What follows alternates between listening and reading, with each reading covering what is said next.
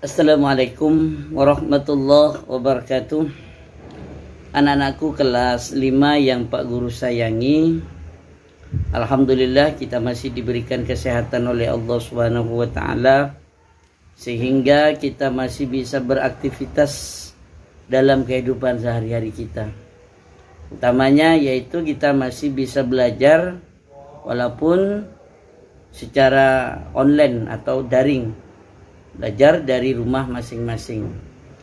Dan untuk lebih barokahnya acara pada pagi hari ini yaitu pembelajaran SKI ya, mari kita buka dengan pembacaan Bismillahirrahmanirrahim, dengan harapan mudah-mudahan pembelajaran SKI kali ini akan berjalan dengan baik bersama ridha Allah Subhanahu wa taala.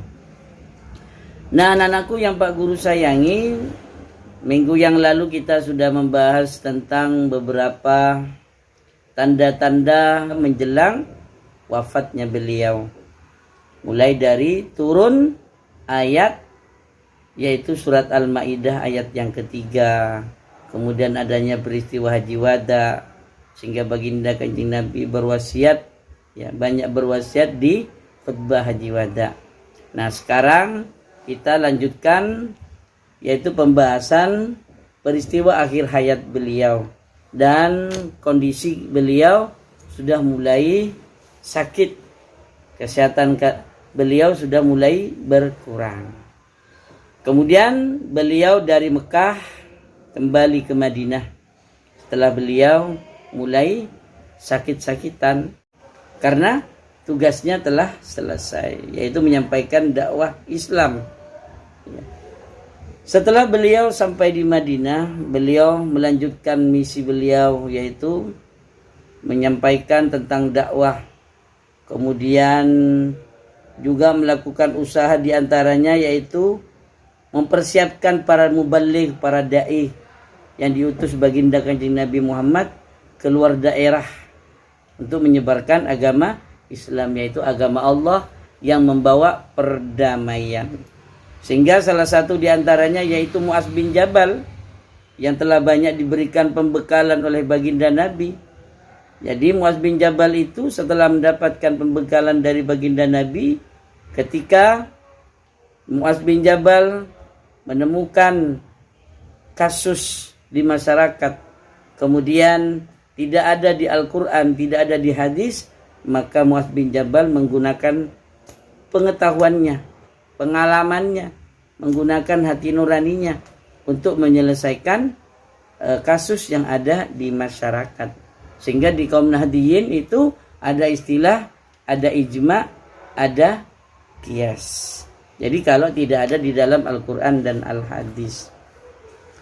Kemudian baginda Kanjeng Nabi Muhammad selain menyiapkan para da'i, para mubaligh untuk menyampaikan dakwah Islam, beliau juga mulai fokus untuk mengatur bagaimana pemungutan zakat, baik zakat mal ataupun zakat fitrah.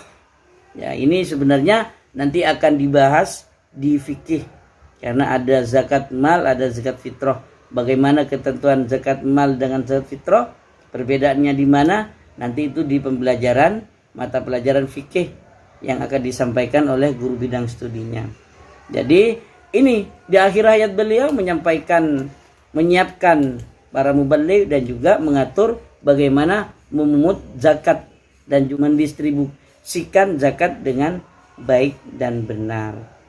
Kemudian beliau setelah 2 bulan melaksanakan Haji Wada mulai sudah sakit-sakitan, dan bahkan 3 hari sebelum beliau wafat, ya, beliau menyampaikan, ya, kepada para sahabat untuk berbuat baik kepada kaum Ansor.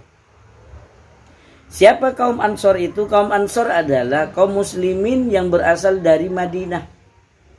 Ada kaum Ansor, ada kaum Muhajirin. Kaum Muhajirin itu kaum muslimin yang berasal dari Mekah yang hijrah ke Madinah. Kaum Ansor adalah kaum muslimin yang ada di Madinah, yang tentunya kenapa dinamakan dengan Ansor? Karena Ansor ini yang menolong kaum Muhajirin berada di Madinah. Oleh karena itu, dengan kebaikan kaum Ansor terhadap kaum Muhajirin, sehingga baginda Kanjeng Nabi Muhammad berwasiat 3 hari sebelum beliau wafat agar berbuat baiklah kepada orang Ansor yang telah banyak berbuat baik kepada kaum Muhajirin, dan juga membantu perjuangan Islam, ya, sehingga Islam berhasil di Yathrib sendiri, di Madinah sendiri, ataupun di Mekah, sehingga terjadilah Fathu Mekah. Nah, ketika baginda Nabi sudah mulai sakit dan berjalan pun dibopong atau dipegangin, yaitu beliau itu dirawat di rumah istrinya yang bernama Siti Aisyah, Sayyidah Aisyah. Ya, beliau itu dirawat di rumah Siti Aisyah, dan yang sering menjaga menjenguk beliau satu-satu putrinya, yaitu yang bernama Fatimah Az-Zahra. Beliaulah yang merawatnya. Jadi Fatimah ini istri dari Ali bin Abi Thalib ini yang merawat baginda Nabi ketika baginda Nabi sakit. Nah, ketika baginda Kanjeng Nabi Muhammad sudah sakit, tidak mampu untuk sholat berjamaah, tidak bisa menjadi imam, sehingga baginda Kanjeng Nabi Muhammad itu menyuruh kepada Abu Bakar untuk menggantikan menjadi imam sholat.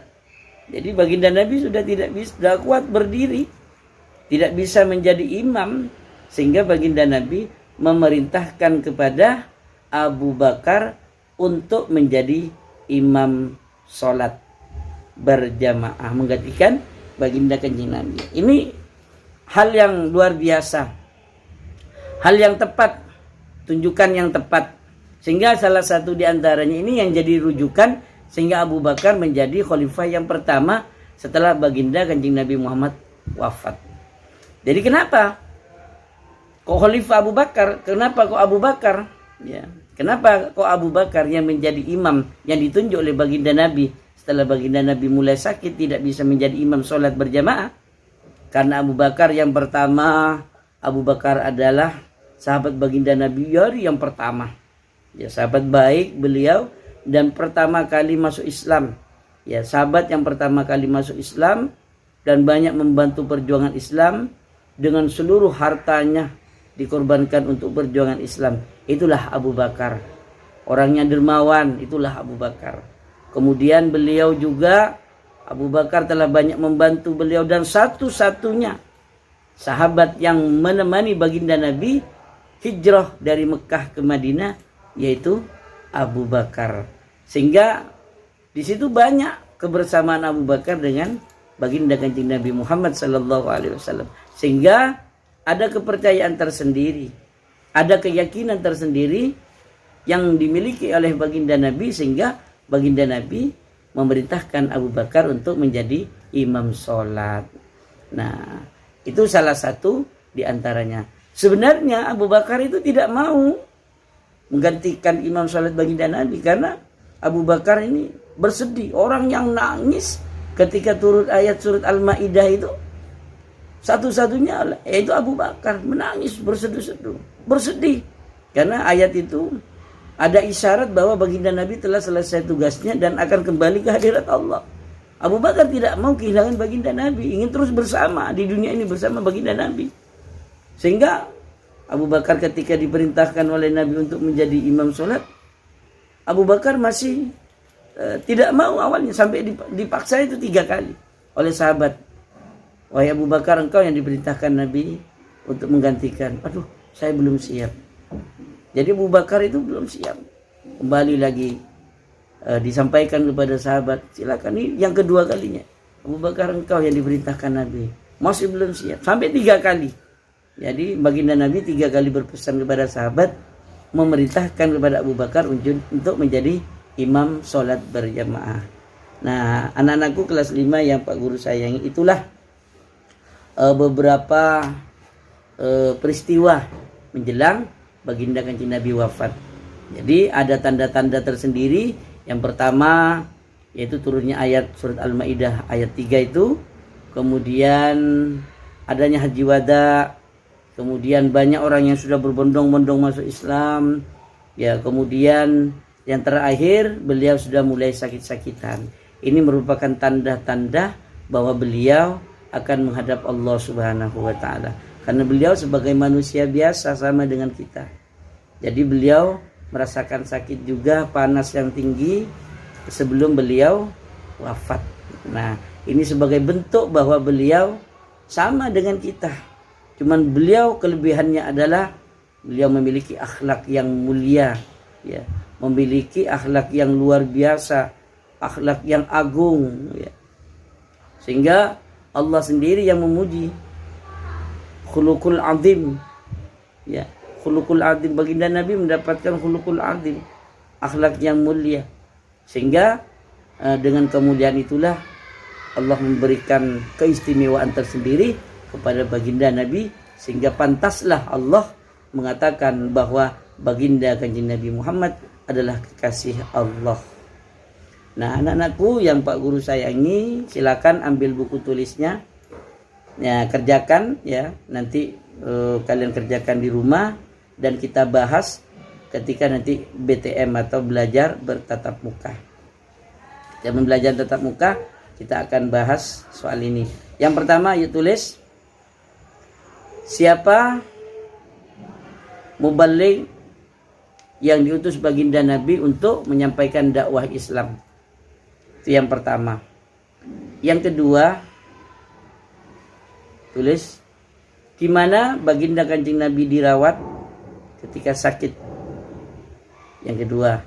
Kemudian yang ketiga, siapa putri baginda Nabi yang merawat ketika sakit? Jadi baginda Nabi ketika sakit dirawat oleh putrinya. Siapa nama putri tersebut? Kemudian yang keempat, siapa sahabat Nabi yang diperintahkan untuk menggantikan Nabi Muhammad menjadi imam sholat berjamaah?